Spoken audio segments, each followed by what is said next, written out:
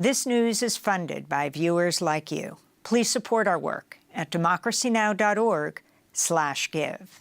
More than 500,000 Palestinians, nearly a quarter of Gaza's population, have been displaced over the past week alone, according to the United Nations. Over 450,000 people have fled Rafah since Israel launched an offensive on the city, with another 100,000 displaced in the north amidst escalated bombing and ground attacks. Humanitarian organizations say they're struggling to provide dwindling supplies of food, tents, and blankets to the large numbers of newly displaced. In a social media post today, the UN refugee agency UNRWA said, quote, "People face constant exhaustion, hunger, and fear. Nowhere is safe. An immediate ceasefire is the only hope," unquote. No food, aid, or fuel has entered the two main border crossings in southern Gaza for the past week, since Israeli forces entered Rafah and took over the border crossing there. Some 1.1 million Palestinians in Gaza are on the brink of starvation, and a full-blown famine is taking place in the north, according to the UN and the World Food Programme. By some accounts, a number of hospitals are on the brink of having to shut down major departments due to a lack of fuel and supplies. Gaza's government media office says hospitals are no longer operating in the north, while in the south, the Kuwaiti hospital in Rafah has received an evacuation order from Israeli forces. Doctors and nurses are resisting that evacuation order because they don't want to leave their patients. This comes as Gaza's civil defense teams are struggling to reach victims trapped under the rubble of bombed buildings as daily airstrikes continue. At a news conference today, a spokesperson for the civil defense said Israeli forces continued targeting of heavy equipment that its teams used to recover victims in the rubble, in addition to a severe fuel shortage, may soon bring rescue efforts to a total halt. At least 82 Palestinians have been killed in Gaza over the last 24 hours. The death toll after 7 months of Israel's assault has now topped 35,000 Palestinians killed, including over 14,000 children. Nearly 80,000 people have been wounded. For more on the latest, we go to Gaza to speak with journalist Akram al-Satarri. He's joined us multiple times over the past several months from Rafah in the south. But today he's joining us from outside the Al-Aqsa Hospital in Deir al-Balah in central Gaza. Akram, welcome back to Democracy Now! Explain why you've moved from Rafah to Deir al-Balah. Talk about the situation with the hospitals and the number of people, nearly 500,000, who are on the move once again.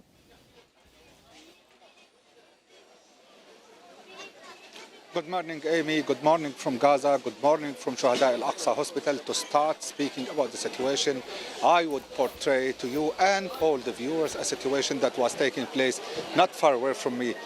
A few yards in the background, there were some mothers, sisters, daughters, and grandmothers also weeping over the death of their dears. Not far away from me is the morgue of the hospital, where people come to claim the bodies of their dear ones. Some of them are lucky enough to find the bodies of their dears. Some others are not lucky enough to have that privilege. In al-Nusayrat refugee camp, a house was targeted, was reduced to rubble.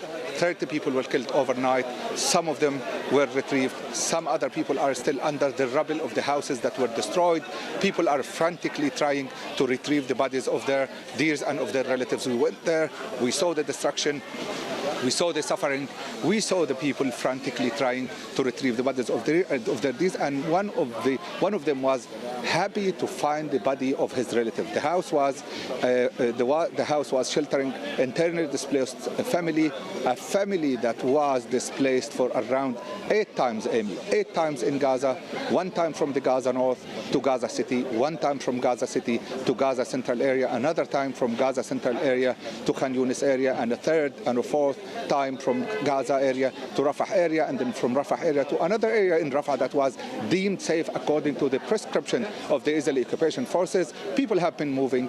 People have been hopeful that they would survive, thinking that following the orders of the Israeli occupation forces would make them safe. However, they were shocked, and I don't think they had the time that is enough for them to be shocked. They were targeted, they're killed, Most of them were retrieved, and many of them are still under the rubble. That describes the exact situation in the Gaza Strip, the way people are living for the last 7 months, the way displacement has been weaponized when it comes to dealing the largest population of the Gaza Strip. People were killed, people are dead, people are displaced, people are losing their dears, people don't have enough food, people are suffering to secure anything that has to do with a normal life in Gaza. And those people are now described by Israel as people who were treated with dignity, and that this war is the most civilized one on earth in the history of the mankind. The things that we are seeing, the way we are being treated, is far away from being a human way. People are treated as a herd of sheep that is being herded by a shepherd who has no mercy whatsoever and who is dictating whatever he wants or she wants, because they have the ultimate power to do things, and they have the ultimate power to destroy anything they want with the most sophisticated technology they have been moving. They have been very happy and proud about the artificial intelligence they have been using for the sake of just identifying who's combatant, who's non-combatant. Unfortunately, the statistics from the ground explains how shocking the way people are being targeted.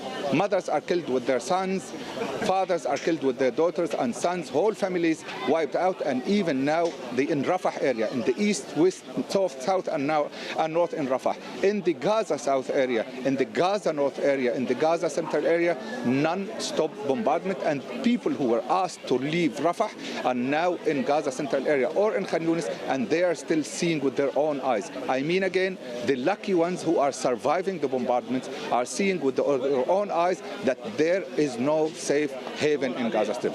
Death is the one major risk enveloping the lives of the people of Gaza. However, starvation is one more equally important threat that and challenge that the Palestinians are seeing. Those people who have been living this displacement, destruction and fear for the last 7 months are now struggling to secure water for their children. To start with the water, because water is the gift of life, and water is not available in Gaza. Water desalination plants were destroyed. I live in an area that is called Hamad City. There were 4 wells to serve the whole area, around 137 residential towers. Around 98 of those towers were destroyed by the Israeli occupation forces, including the 4 main facilities that have to do with the water desalination or water treatment. People are staying there. They have no water. They have to fetch the water. They have to go for around 1 kilometer or 2 kilometers or to contact some suppliers who find a great challenge in just getting the water to the people because of the lack of fuel. So no infrastructure, no food supplies, no water supplies, no medical consumables or medications allowed into the Gaza Strip, and people are left there to face that inconceivable situation when it comes to the access and protection. The whole population is not protected, and the whole population of 2.37 million Gazans are facing this critical problem of not being able to access anything decent, neither the shelter nor the supplies of any kind, and they are left to do that, and the ones who are targeted are just killed, and others, tens of thousands of Gazans are injured, and the ones who are injured are unable to go to the hospitals because hospitals are already out of services. The Kuwaiti hospital was communicated with by the Israeli occupation forces. They asked them to leave the area. The area itself is part of the area that was asked to leave by the Israeli occupation forces. The situation continues to be very dire. People, even with normal health diseases, are not able to access the hospital, are not able to find a proper medication for their wounds or for their diseases or for whatever things they need, and they end up facing that type of slow death, which means they don't have access to food, they don't have access to water, they don't have access to supplies of any kind, and they are still suffering. And that speaks for the people in Gaza South, in Gaza North, in Gaza Central area. People cannot get anything decent to help them survive, and they are afraid also of the major situation, the death. And as I'm talking to you now, you can hear the ambulance coming, apparently with more people who are injured because of the ongoing bombardment in Gaza Central area that is not witnessing major ground operations as described by the Israeli occupation forces.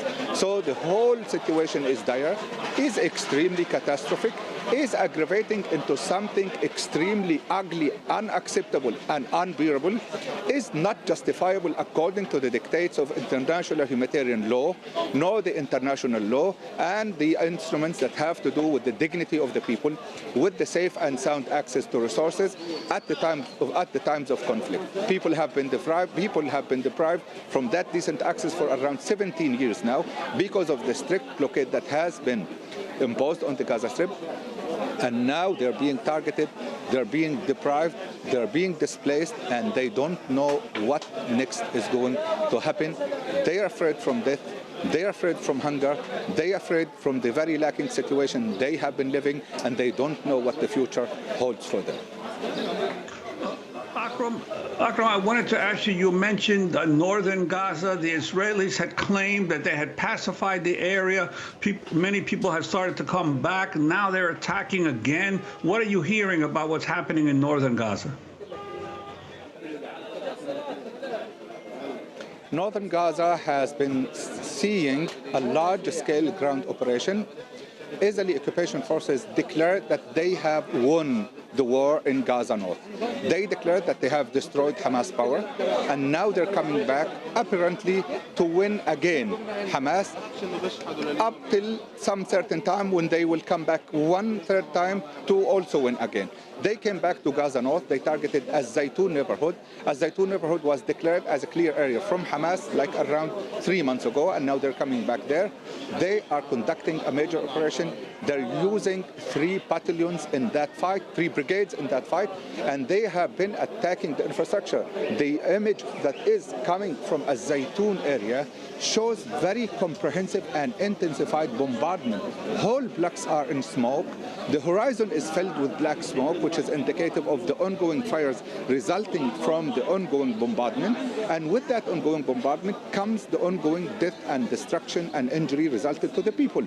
And people who are living there are also having this extremely serious problem of not having enough access to the ambulances, enough access to the hospitals, enough access to primary healthcare clinics, and the Palestinian Ministry of Health, the Palestinian Civil Defense, the UNRWA, the World Food Programme, all the international organizations have been voicing their concern over the safety of the people, who might be injured and might end up dying because of the fact that there is no vehicles to go and collect them and take them to the hospitals. The situation is extremely catastrophic in the sense that the civil defense forces, the civil defense crews are not able to move their vehicles because of the fact that Gaza and Gaza terminals have been controlled and seized by the Israeli occupation forces for the last 8 days. And before that, there was the Jewish Passover vacation, and there were 11 days of total disruption of the supplies into the Gaza Strip. And then 4 days after that, the supplies were extremely slow.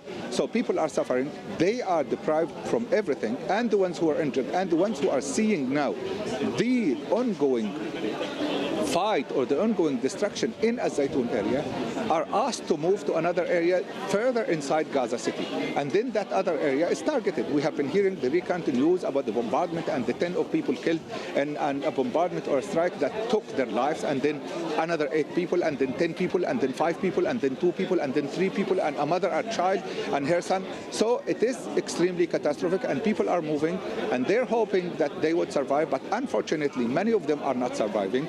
They're hoping to keep their shelter, but unfortunately, they end up being killed in the shelter that has been also reduced to rubble on their head.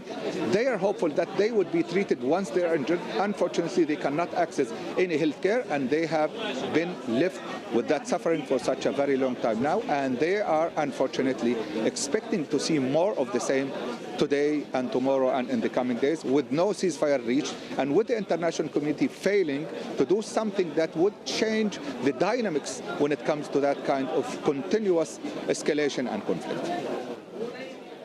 And Akram, now that Israel has gained control of the Rafah crossing as well, is there are any of the wounded or any people who want to leave Gaza able to do so, and also of the foreigners who are there?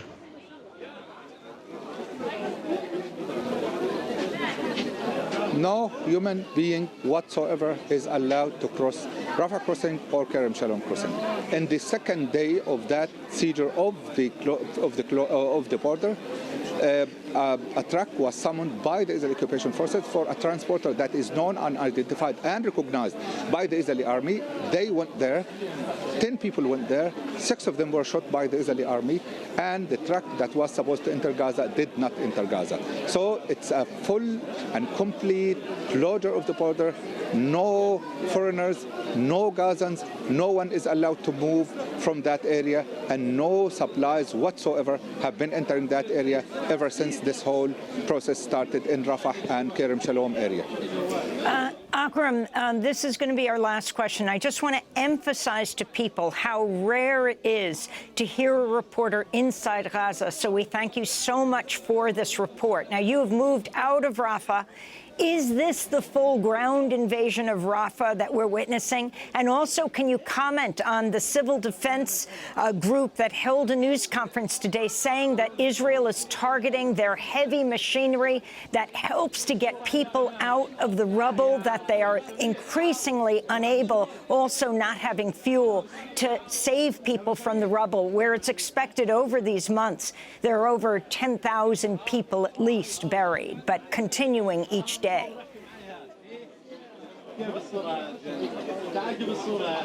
Reporting from Gaza, to start with, reporting from Gaza, Amy, is a great challenge for me and for every single reporter who's in Gaza. We're part of this fight. We're made to be part of this fight by the Israeli occupation forces, although our job as journalists is to provide as accurate and sound image about the situation as we can, and we have been trying. We are humans and we are Gazans, and we are suffering just like those other peoples. We have this problem with accessing food and water, with accessing supplies, and we are struggling, but we are willingly undertaking that responsibility because this is a moral and national obligation to start with. And then when it comes to the Palestinian civil defense, it's not only the Palestinian civil defense heavy ministry that is being targeted.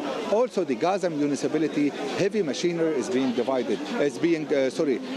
targeted by incendiary materials. There were some reports for the last 2 months and a half of Israeli quadcopter pouring some incendiary materials over those heavy machinery and targeting and burying them. I think the way things are being done now is a way that with an ultimate objective of crippling all the humanitarian relief systems in Gaza, leaving people extremely vulnerable and exposed to bottlenecks because of that ongoing operation. And I think they're trying to prepare the Palestinians for full subjugation by doing that.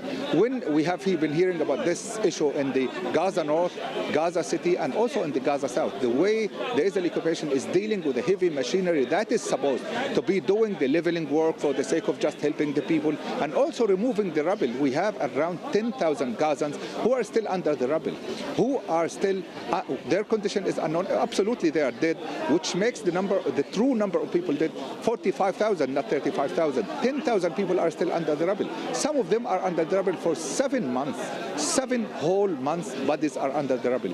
Very close friend of mine was also under the rubble for 3 months.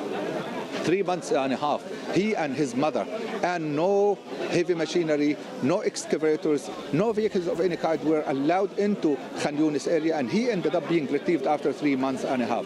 This is one story of tens of thousands of a story of misery and fear, of non-mercy over the life of the people, and also of an issue that has no consideration whatever for the lives of people, and no treatment of people as humans. This is one critical issue. The Palestinian civil defense is going to be here, like the podium is. They are just setting up the podium. They're going to talk about the situation. They're going to talk about their suffering. They're going to talk about their hopes and expectations, and they're going to make an appeal to the international community to try to do something. And unfortunately, they project that the international community that has failed in the past to do anything will fail just today to help the people who are under the rubble and to help the Gaza population that has been seeing horrors that were not mentioned or documented in the history of the mankind. A blockade on 2.37 Gazans, suffering for 2.37 Gazans, bombardment of whole built areas that left around 1.9 million Gazans without any shelter and left them exposed to the problems and to the health diseases and all kinds of things that are unimaginable. However, Gazans are living them. Amy. Akram al-Satarri, I want to thank you so much for being with us. The noise is loud behind you as you are in an increasingly packed Deir al-Balah, speaking to us in front of the Al-Aqsa Hospital in central Gaza, usually reporting to us from Rafah, where hundreds of thousands, nearly 500,000 Palestinians have moved from as Israel moves in. Democracy Now! Is funded by viewers like you. Please give today at democracynow.org/give.